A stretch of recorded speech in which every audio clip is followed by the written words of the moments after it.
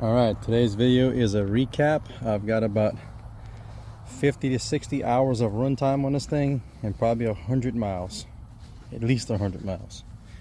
So I did put more pitch into the prop. Put a larger prop. That's a 8-inch propeller right there. So I've learned a lot with this. Struggled a lot. And there's a lot to be said. My opinions have changed on this whole forward neutral reverse cheap transmission setup, and I'll get into that. Let me get in the boat, break down all the problems I had, the problems are foresee in the future, and why I'm probably gonna rip all this out. Give me a sec. So, a brand new chain, number 40 chain. Brand new chain will last about 4 to 6 hours of riding before it's stretched completely out. It's under a constant load. It's a lot of vibration, and not the drivetrain is smooth. The vibration is this Duramax engine. We'll get into that in a minute.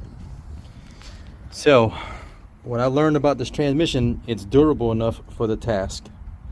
The problem is it gets really hot. Like, that thing is spinning probably 3,000, 3,500 RPM at maximum throttle.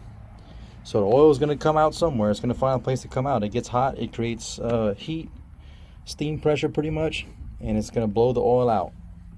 If I leave the factory vent with just a little cap that comes on it, it will blow that cap off and shoot the oil out. So I decided to take the actual drain plug, because it's supposed to be turned on the side, and I took a metric bolt, drilled my clamp didn't even hold. I took a metric bolt, drilled it and tapped it, and I made a barb out of it so that I can plug my vent line back to it. Originally, if you watch the videos I'm gonna post, I had this was plugged off, and the vent, I used it as an overflow and went into a bottle, which is somewhere, as a catch can.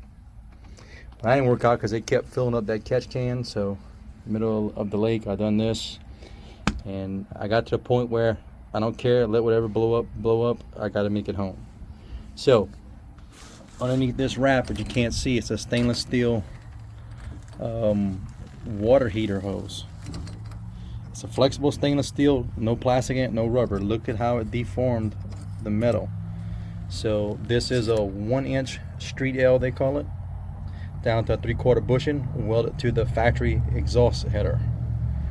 So, my idea was to make the boat quieter. Run them out the boat, and it did. It done that. It was great for about 4 hours, 5 hours into the ride.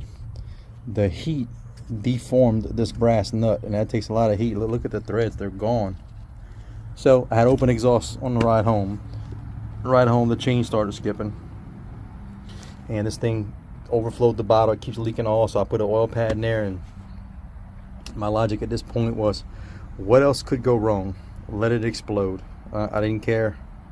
I was making home, so I had to run lower RPMs, stop the chain from skipping. I could solve the chain issue with a tensioner. Put a skateboard wheel at the bottom. I use forward 99.9% of the time. Reverse really isn't needed.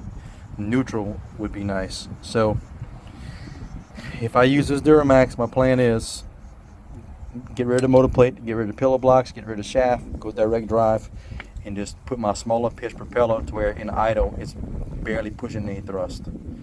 I really thought this was going to work out, but it's not. I mean, look, if you only ride an hour or two at a time, this may work for you. Past 2 to 3 hours, you start losing oil, develops a lot of heat. 4 to 6 hours, the chain starts skipping, and to top it all off, see that broken? The vibration was so great, it backed out the bolts. The engine came loose, and the vibration broke and cracked the Duramax control mounts. The engine itself runs pretty good.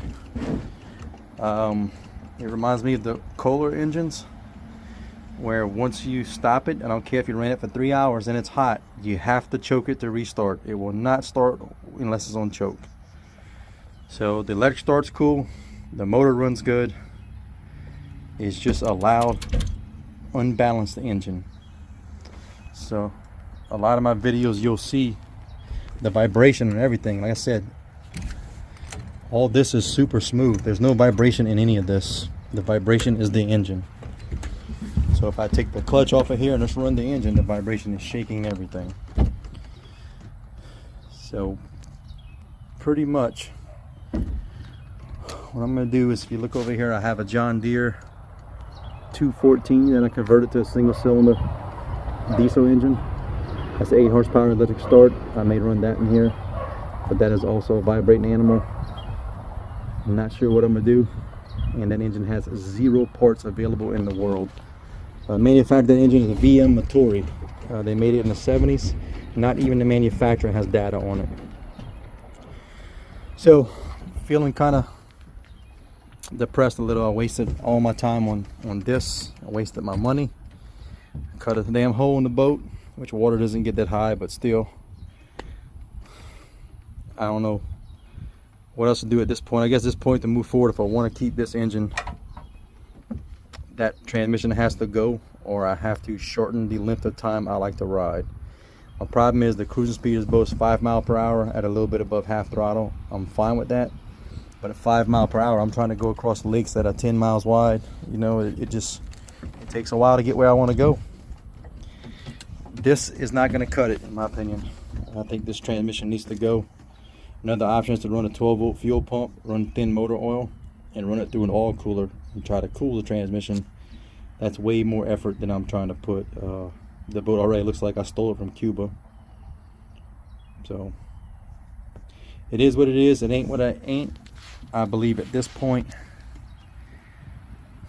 I'm gonna take this Duramax out, make a new motor plate, run it direct drive with the smaller propeller, and see if I can get my 5 miles per hour at half throttle. So be it. I just won't have neutral or reverse. This is the VM Motori stashed away in the grass. I use it to drag logs out the woods. Great running engine, but nothing available as far as parts. Vibrates a lot, and this is pre-emissions, so it does smoke a good bit. Well, pollutes in your face. It's a 1-inch shaft. Let me see if I can get it fired up. I usually start it with a ratchet strap. I mean, it's got electric start, but I don't have a battery on it. It starts first crank.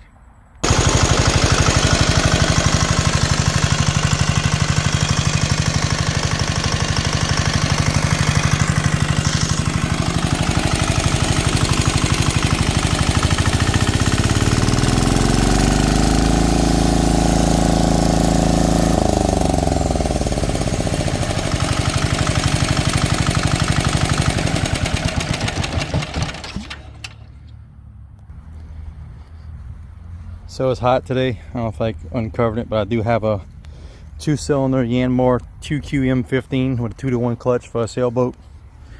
If I use that engine, I'd have to redesign my strut because I can only fit a 9-inch propeller here. That other engine requires a 12 to 15-inch propeller. So I'm not redesigning it that much. Not happening. My tiller works great, no complaints. It's pretty much gonna wrap this video up.